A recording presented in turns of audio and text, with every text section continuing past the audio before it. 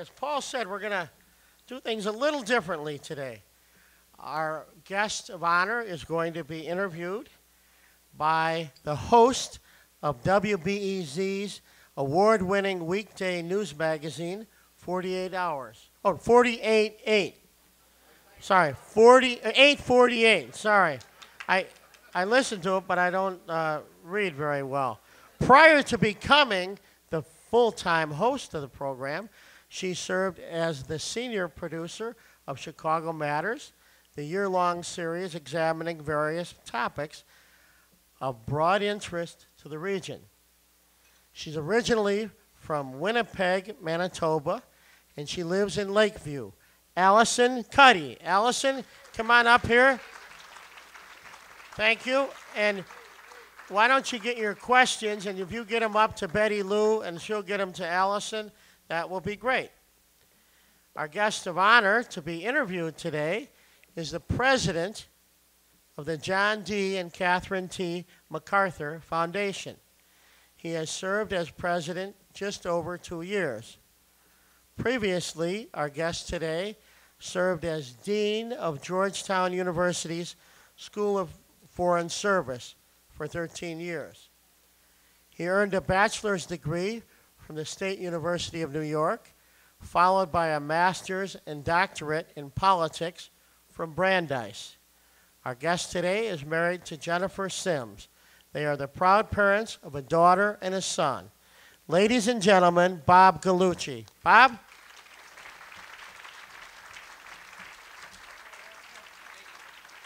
Good afternoon. Good afternoon. Thank you to Maggiano's for a delicious lunch, and of course to the City Club for hosting this wonderful event. I was thinking about MacArthur and their offices around the world and how, they're in Moscow, in Russia, Mexico, in Mexico City, Abuja, in Nigeria, New Delhi, in India. Capital cities, all of them. Of course, your headquarters are here in Chicago, and I thought, isn't that funny that Chicago is the only one of those cities that is not a capital city? But then I remembered, of course, that's only to people who don't live here. With the level of civic pride we have, we're not only a capital city, we're clearly the center of the world. And that doesn't make us blind to the issues that are facing us right now, economic, political. We've got a lot of messes going on, and I'm hoping that we'll hear from Mr. Gallucci his thoughts about the state of affairs in our world. But I wanted to start by asking you a little bit about your background, because like your predecessors at MacArthur Foundation, you bring a long experience in the world of academics. But unlike them, you also have this long government service, over 20 years, primarily at the State Department. You ended as a special envoy looking at the proliferation of weapons of mass destruction. You've been a key figure at some of the most pivotal moments in international affairs, negotiating with North Korea, looking at nuclear safety in Russia, overseeing the disarmament of Iraq in the early 90s, and that really sets you off. That makes you distinctive in terms of the experience that you bring to MacArthur. And I wanted to ask you, 2.5 years, just shy of 2.5 years in, halfway through your first term, how is that experience in diplomacy, in world affairs, shaping your time there, shaping what you hope to accomplish at MacArthur? Allison, I'm going to try to answer that, but first I want to tell you how much I enjoyed the question.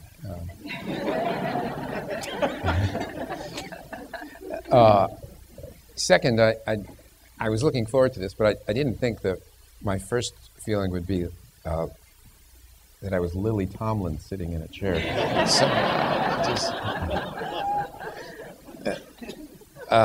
Okay, so thank you, City Club, too. Thank you all for coming. As most of you know, the MacArthur Foundation does a lot of grant can you hear me? I have a feeling I just cut out. Just cut out, and it's coming back. The MacArthur Foundation does a lot of grant making in Chicago. It does grant making in various areas across the United States, but we do serious amount of grant making overseas. So if you think about sort of the first and most direct and obvious way in which I might have had, on my best day, some preparation for this position, I think it is that I spent over 20 years worrying about various issues of international security around the world, and that the MacArthur Foundation has a program in international security, and there's a kind of direct connection there. I mean, I've worked on, as you noted, particularly the problems related to the proliferation of weapons of mass destruction, particularly nuclear weapons, and other political military issues that were unconnected to nuclear weapons. Bosnia, for example, peacekeeping in the Sinai. So I feel like that was a direct connection.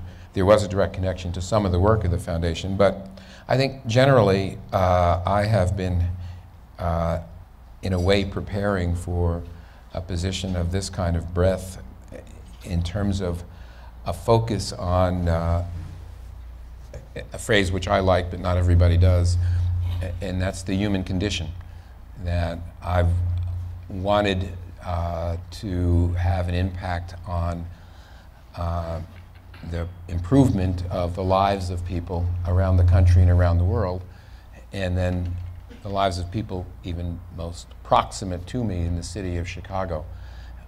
So I think managing, leading, focusing on mission, which is something that I know some of you may believe we do less of than we should, but that's a big thing when one is in government, certainly on political military issues, is to figure out what the mission is and focus on that mission and evaluate your performance against the mission rather than, I would say, this is a little jargony, but input variables. There are lots of things you can do that look good, but they don't, at the end of the day, have the impact on the mission that you're trying to have. And when I'm at MacArthur, I'm thinking about that, and I think that's the best thing I can do, is I can keep a focus on the mission so that if it's housing or violence reduction in Chicago, or if it's maternal mortality reduction overseas, that the measure is what happens to people. And there's a lot of other things we do that we think contribute to that, but that's not the measure. It's the outcome, and that's, if you've been working in a political military environment, that's the kind of thing you have to do. That measure isn't always in play when we think about the big issues of the day. I mean, as you said, you're an enormous and significant figure here in Chicago. I mean, a point of civic pride for people. We can see MacArthur operating in our front and backyards, in the neighborhoods, but also engaging issues that we know are of critical importance to the city: education, violence, housing. Also high on the list of our new mayor, so that puts you in sync in some respect. But that human element is sometimes missing from the ways in which we engage with these bigger issues. And I wanted to ask you about your thoughts about the state of national politics and the state of our national economy, because I don't think there's anyone in this room who isn't concerned about those. And coming from Washington, having spent a number of years there, serving during different administrations, from Reagan, the two Bushes. I'm curious, President Clinton, you know from divided Congresses, you know from controversial presidents. What do you make of this moment of national politics and what we're seeing happening in Washington? Is this a singular moment? Is this a new terrain we've entered, a new level of dysfunction, or is this look like things that you've seen before? That's, I think, the right question. I wish I hadn't started it the way you did, because all this focus upon me and Washington, I feel like I just lost the audience here. He did leave Washington. So, it's the right question, because I think when we were maybe a year and a half ago at the foundation thinking about a basic dysfunction in the country, it was lots of people are writing about it. We need, when we see something that looks important in the foundation, to see whether that there's a place for us in our work. Is not all problems that afflict the human condition are problems that are open to the MacArthur Foundation or any other foundation necessarily. They may be more appropriate for a government or whatever. But this particular one you're talking about, which is broadly and amorphously the condition of the country, we've been thinking about for some while now at the foundation, attempting to do it rigorously the way we like to, bringing together experts, political experts, people who have been watching this country, historians, people who can go to the question the way you framed it, which is, does it always seem like this, or is this truly different now? And I'm persuaded it is truly different now. And let me develop that just a little bit for everybody. We have been, I think, observing, one way to put it is two gaps widening.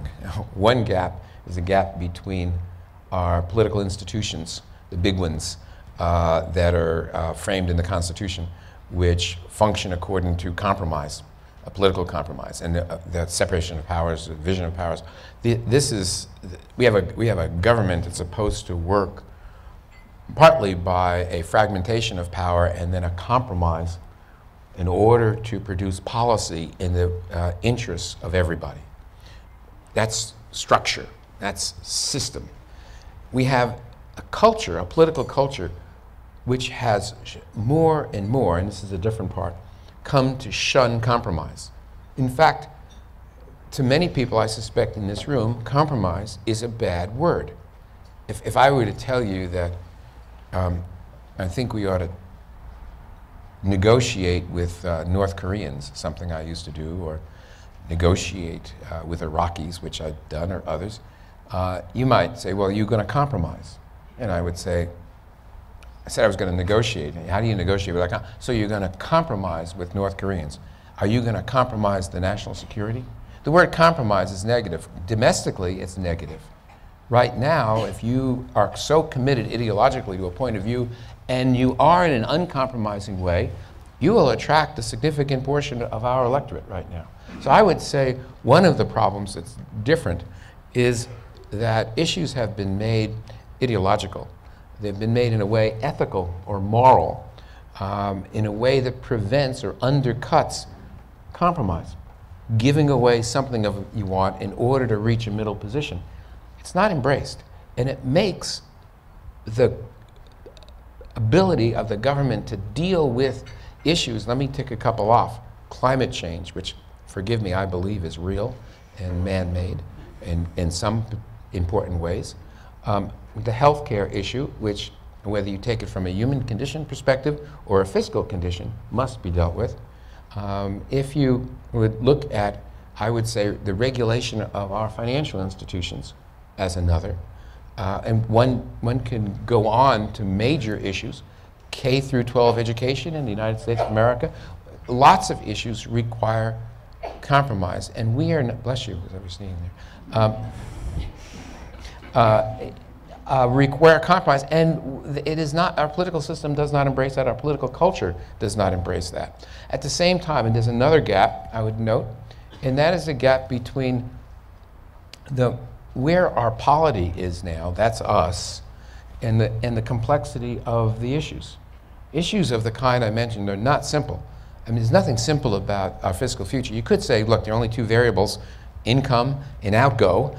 What could be simpler? You know, you can either tax or you can cut spending if you got a fiscal problem. Yes, but as soon as you try to get into that, it gets pretty complicated in terms of the impact of these things.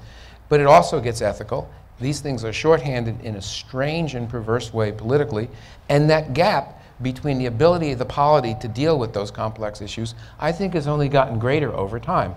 And so the political system is incentivized to make these difficult issues ideological in character, to simplify them so that they become moral questions that really can't be compromised.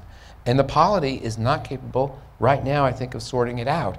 And it's not entirely separate from the K through 12 education issue, which I think is a serious one in this country, in economic terms and in terms of human condition. That's probably more contorted and complex a kind of answer, but for us, we need to, at the foundation, we need to do this kind of analysis to figure out if there are points here where a foundation like ours can make a difference.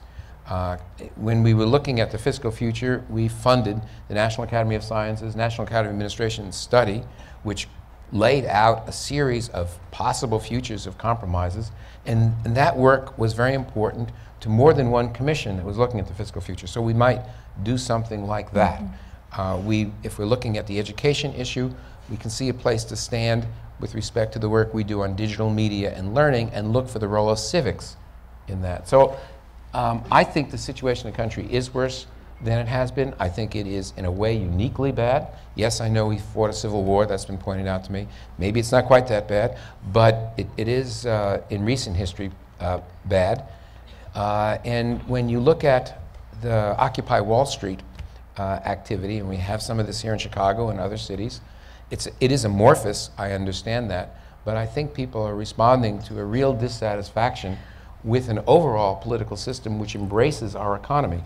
And it behooves all of us, whatever positions we're in, if we're just voters on the one hand, or if you're in a position of political authority on the other, in the interest of this country, in the interest of its people, to try to figure our way through this, get an analysis correct, and then look at prescription. Yeah, I wanted to ask you about precisely that, because we're seeing grassroots movements around the world that are very critical of government and whether government is effective, whether it serves the people. And we're seeing that here in the United States and locally, as you said. We have the Tea Party, who is deeply skeptical about how government operates. And then we have these Occupy movements who feel like corporate interests have taken over government. And I'm curious, I mean, given that you're saying that in some ways the stalemate we're seeing at the national level is driven by ideology, and yet you have these kinds of analyses coming out of these movements that suggest there is a polity that is engaged, there is a polity that is trying to work its way through, or at least point to those kinds of complex issues you're talking about. I mean, what do you make of the critiques that are coming out of those movements? First, the normal kind of caution you'd expect from me, which is these are all different, right? I don't want to connect the Arab Spring necessarily to what's happening in New York City at the moment, or what's happening in Chicago. And I'm not at all sure I want to connect that activity to the Tea Party. I mean, I think in in all cases they're connected to dissatisfaction, but I would say careful on that point. And dissatisfaction with systems, some of which has to do with the governing powers and sort of whose interests they serve. But you're right, true. You're right. There are deep differences there as well. So first, yeah, except the way you have just, that's fine, the way you've just restated it. But the second point for me is that if you took maybe some who are willing to speak, who are part of these demonstrations, or Tea Party folks who now are elected in the Congress, I think you would find an ideological simplicity which is guiding the kinds of things they're likely to say.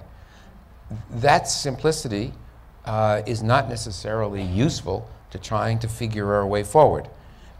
If you believe, as I do, that the country actually, the people of the country, are much more diverse in their attitudes, and there is still a middle in the United States of America among the electorate, but the middle is not terribly well represented in the House of Representatives, that can be a structural problem, and I think it is.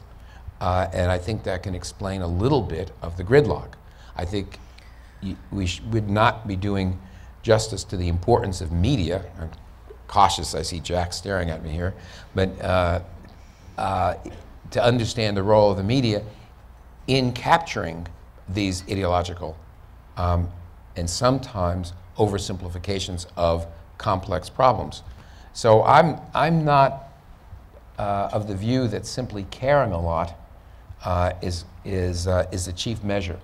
I think one can care a lot and become passionate and look for simple solutions, and very bad things can happen. And what I'm looking for is for voters, citizens, to be as well educated as they can, not only about the system, but on the substance of issues. I'm looking to raise the level of discourse on whatever issue you would want to talk about, whether it's a health issue, a security issue, a safety issue, a human condition issue, to have that discussion be as rational, as evidence-driven as it can possibly be. And passion is useful, but it's not a substitute for that.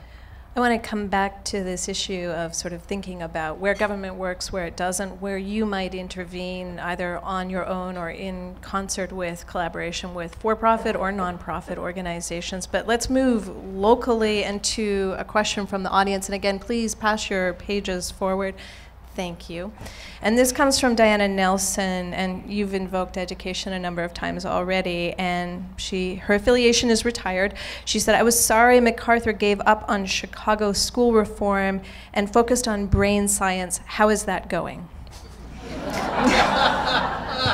Very diplomatic. You can appreciate the form of that question, I think. Not only have I stopped beating my wife, I never have beat my wife. I would begin with au contraire. We are very much involved, I think, in education reform effort. We can be involved in lots of things in different ways. The foundation, before I got there, went through a period of, I would say, an effort at, put this in quotes, traditional educational reform. We then, again, starting before I came to the foundation, began to study the way young people were learning these days. And it seemed that the way kids were learning was substantially impacted by digital media of all kinds. And that there was an insight to be drawn from that, and the starting insight was maybe if we understood better how kids learned these days, we could translate that insight into learning environments which are quite different than we traditionally understand. And the first thing we noticed was that learning was happening in a lot more places than before. And to think of, let's just look at schools, was to think narrowly and uncreatively. That kids were engaging in a lot of reading, in a lot of variety of writing. They were playing complex games. They were interested by this. They networked with their friends. The whole way in which kids were approaching learning was a more interesting way than schools were generally attempting to teach kids. So the foundation's work in digital media and learning has gone in a direction of trying to develop those insights into ways in which we could ultimately improve K through 12 education. We have started, as one should with this kind of enterprise, small, because one will make mistakes when you're doing something new, and it's better to make small mistakes than big mistakes. And we have before we opened the school, which we did just last month, charter school here, a Quest to Learn school in Chicago, in Cabrini Green on the edge of Old Town. We have, for a couple of years, been using this digital media in a Quest school in New York City, learned some things, are integrating them into the work here in Chicago. We are working with the library with a wonderful U-Media program, which the public school children of Chicago have access to and are using, and is leading to a great deal greater use of books than we've experienced before. The number that I've seen is 700% increase, which seems incredible to me, but Mary seems to be nodding affirmatively. So we think we're onto something. We have been trying to take advantage of this digital media to network the kids to the cultural and educational institutions, the museums of the city and other cultural entities, the zoos, so that we can wire them to these sources of education, a new kind of way of doing things.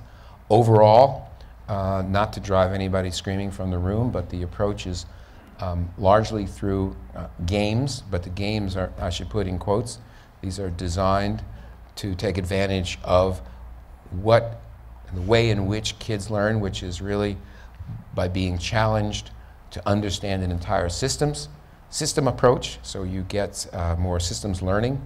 And if the games are well designed, and that's what, of course, we're working on, you can, we think, make tremendous leaps, both during the school day, after school, during the summer, and learning can go on in a much more robust way than we traditionally think about it. So I'm trying to persuade you, we're not giving up on education. One way I like to put it, again, which might drive people from the room, I don't want us to be waiting for Superman. For those of you who loved that movie, or that's fine, but there's an insight there, which is that great teachers are wonderful. And I couldn't agree more. If I went around the room and said, who's the best teacher you ever had in your life, even if you did go on to graduate school, you'd probably name someone who taught you in K through 12. We know how important that is. Right? I would name someone I had. Sister Scholastica, really, terrific. But we can't wait for Sister Scholastica, and we can't wait for Superman. And what we are trying to do is have an impact. Instead of a slope, think step function. If this digital media and learning area of work is as successful as I hope it will be, we'll have an extraordinary impact on the reform of K through 12 education.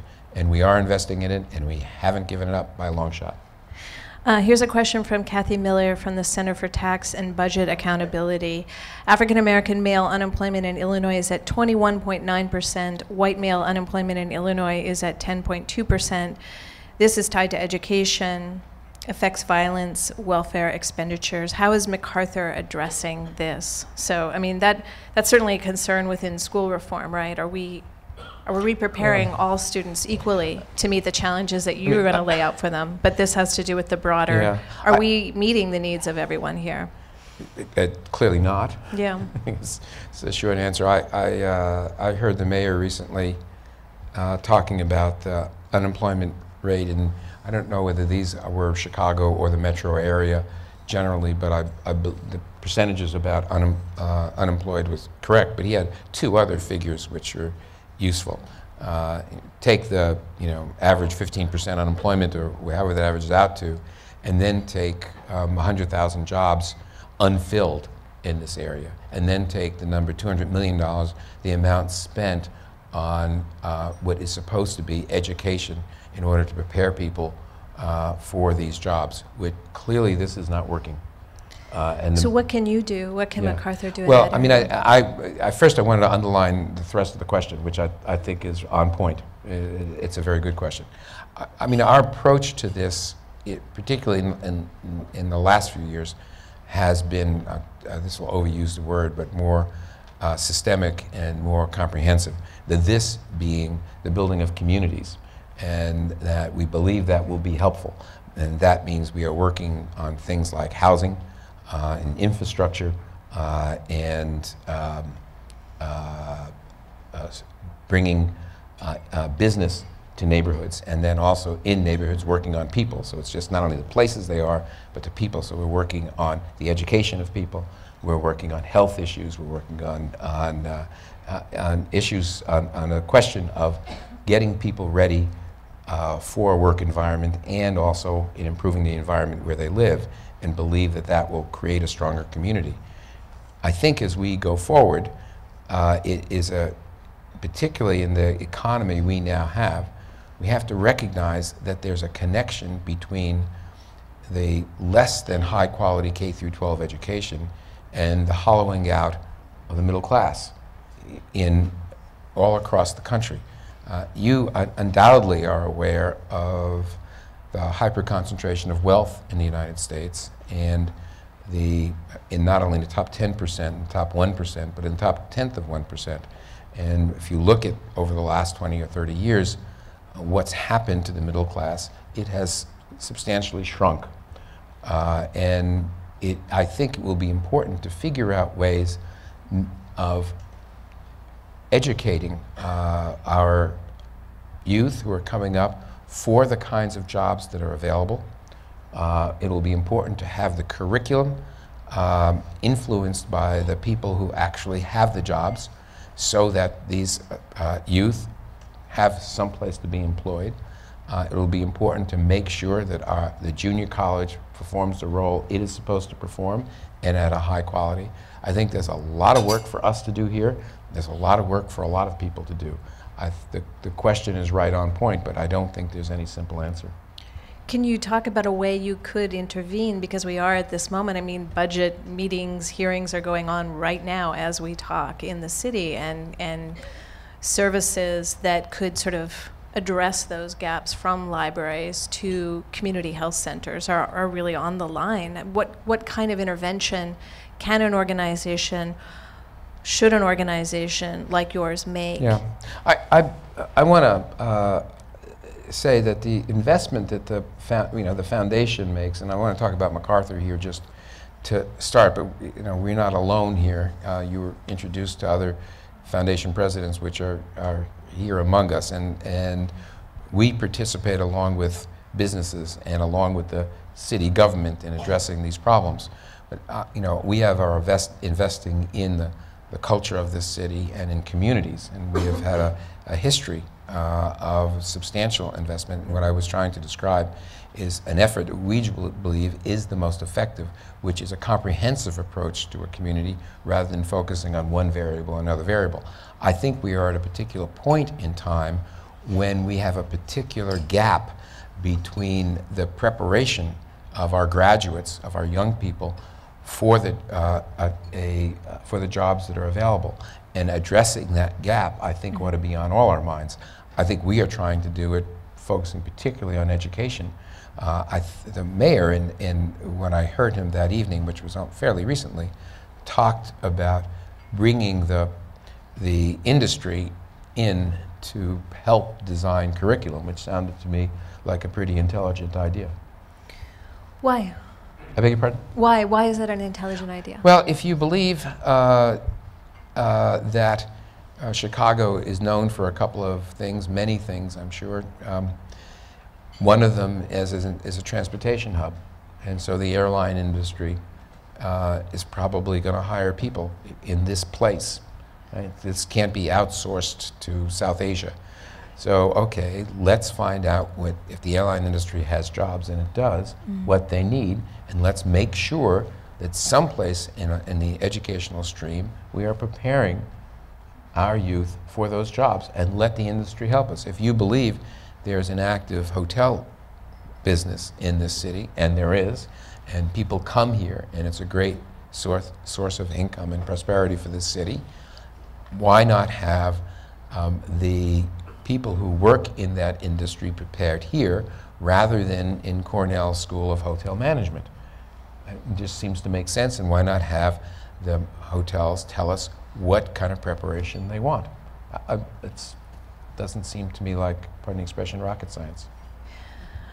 Let's move on to another question. This is from Eric Whitaker from the University of Chicago Medical Center. And in terms of partnerships with business, what are your thoughts on the movement to quote-unquote venture philanthropy? How has this impacted MacArthur or not? MacArthur, as other foundations do, makes grants in which there's a charitable purpose for the granting of money to some typically non-governmental organization, sometimes a governmental organization. We also do something that is a kind of a grant. It is called a program-related investment, and that may turn out in some cases to be a better vehicle to take advantage of a circumstance in which there is an incentive, financial incentive, for a grantee to perform. So what this can mean is if, for example, we are trying to create funding, capital for housing, the best way to do that may not be to make a grant, but may be to guarantee loans, to make money available in a program-related investment where There may be a return, actually, and in fact, there should be an expectation that there will indeed be a return, a below market rate return to the foundation, so we can re-grant the money in some other way. But we will be taking advantage of if you will, in a kind of venture capital way, situations where there is a profit incentive in order to do the charitable objective of get that done. Housing is an area in which we have worked traditionally in Chicago in a very big way. I'm going to combine two questions here from Leonard Dominguez and Calvin Holmes. Leonard from Educare Associates wants to know what are your concerns and what is MacArthur doing in the area of biodiversity? And then Calvin from the Chicago Community Loan Fund, I believe, says, how does the foundation measure if the world is becoming more verdant from your efforts? The verdant issue. So sort of both, where are you branching out in biodiversity and how are you measuring whether you're having an impact? So when I came to the foundation, I found a very robust program in what we call conservation and sustainable development. It was principally focused on biodiversity, species preservation. And the strategy, which had been pursued at the foundation for about a decade, was sometimes called a hotspots strategy, where there was high endemism, where there's a lot of species diversity, and the idea was to preserve these areas from all kinds of forces, market forces, climate forces, and other forces, so that these hotspots would be kept intact and the species would be preserved. That strategy was emulated by other large groups, foundations and NGOs, and we were, I can say this, I had nothing to do with designing this, it was before I came to the foundation, but the foundation was in the lead, cutting edge, in that kind of strategy. We did a review of this program for the last 10 years, found that it was successful. We would, with the check box, yes, we did, we want to do, we led people in this direction, but as we looked at what was evolving, we found that it was not adequate. So we have changed the locus of what we're doing. I would say rotated a bit to take account of the pressures which we are now seeing threatening biodiversity in a big way around the world, rather than focusing on small areas to just simply conserve or preserve.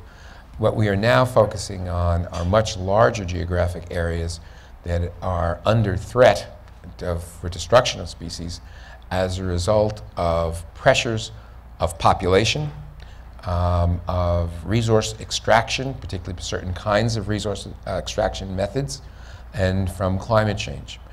So it's preservation of whole watersheds in some cases, still looking of areas where there is a higher degree of endemism than not, and so that leads us to continue to work in Madagascar, which is a very interesting place in terms of the concentration of unique flora and fauna.